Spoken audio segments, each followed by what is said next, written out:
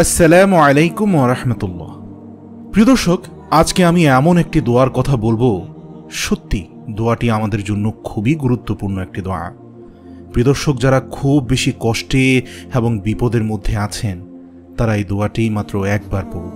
ইনশাআল্লাহ আশা করি আপনার সমস্ত কষ্ট, বিপদ, আপদ দূর হয়ে যাবে। প্রিয় দর্শক, এই দোয়াটি শুধুমাত্র আপনার কষ্ট এবং দুঃখকে দূর করার জন্য নয়, এই আমলটি করলে আপনি সমস্ত বিপদ আপদ থেকেও রক্ষা পাবেন। প্রিয় দর্শক, আপনারা জানেন সমস্ত সমস্যার সমাধান দিতে পারে আল কোরআন। এমন কোনো সমস্যা নেই যে সমস্যার সমাধান কোরআন দেয়নি। সুবহানাল্লাহ। আল্লাহ তাআলা সকল সমস্যার সমাধান পবিত্র কোরআনের মধ্যেই রেখেছেন। আমি আজকে যে দোয়াটির কথা বলবো সেটিও পবিত্র কোরআন থেকেই নেওয়া। আমলটি হচ্ছে কোরআনের একটি আয়াত, যে দোয়াটি আল্লাহর রাসূল সাল্লাল্লাহু আলাইহি ওয়াসাল্লাম নিজেও করেছেন। ভিডিওটি শুরু করার আগে একটি অনুরোধ করছি, ভিডিওটি অবশ্যই না টেনে শেষ পর্যন্ত দেখবেন। মূল দোয়াটি বলার আগে নিয়মকানুনগুলো অবশ্যই জানা দরকার, কারণ নিয়মকানুন অনুযায়ী যদি দোয়া না করা হয় তাহলে সে দোয়া কবুল না হওয়ার সম্ভাবনা বেশি। আর যদি নিয়মকানুন অনুযায়ী কোনো দোয়া করা হয় তাহলে সে দোয়া আল্লাহ তাআলা খুব তাড়াতাড়ি কবুল করে নেন। আমাদের জানতে হবে কি প্রক্রিয়ায় দোয়া করলে সেটি দ্রুত কবুল হবে, তাই আমলের নিয়মটি আমাদের জানা প্রয়োজন।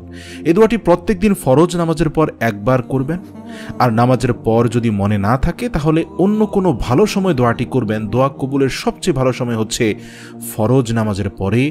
যদি কোনো ব্যক্তি নামাজের পর দোয়া করে তাহলে সে দোয়া আল্লাহ তাআলা অতি দ্রুত কবুল করে নেন।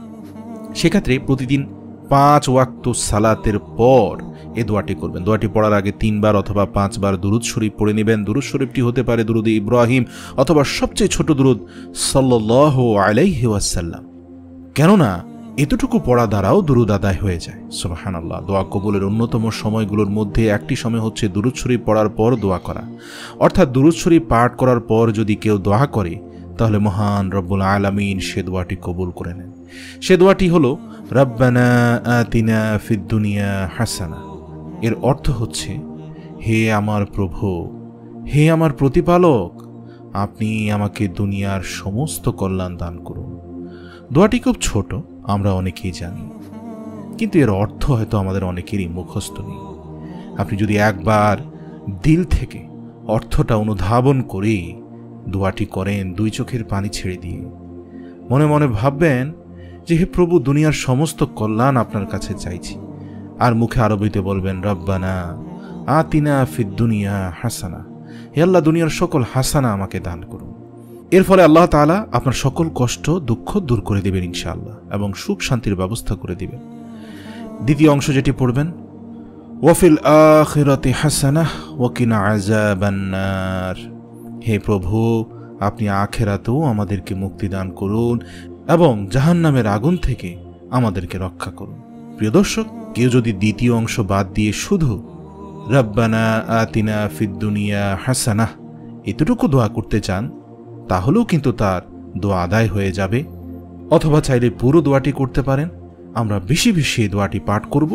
অবশ্যই আমরা এই দোয়াটি ইতিপূর্বেও পাঠ করেছি, কিন্তু তখন অর্থ হয়তো জানতাম না। যারা অর্থ জানি না তারা অর্থটা ভালোভাবে মুখস্থ করে দোয়াটা করব, তাহলেই আমার দিল থেকে দোয়াটা আল্লাহ রব্বুল আলামিনের আরশে মুআল্লামায় পৌঁছে যাবে এবং রব্বুল আলামিন আমাকে মুসিবত এবং সংকট থেকে উদ্ধার করবেন ইনশাআল্লাহ।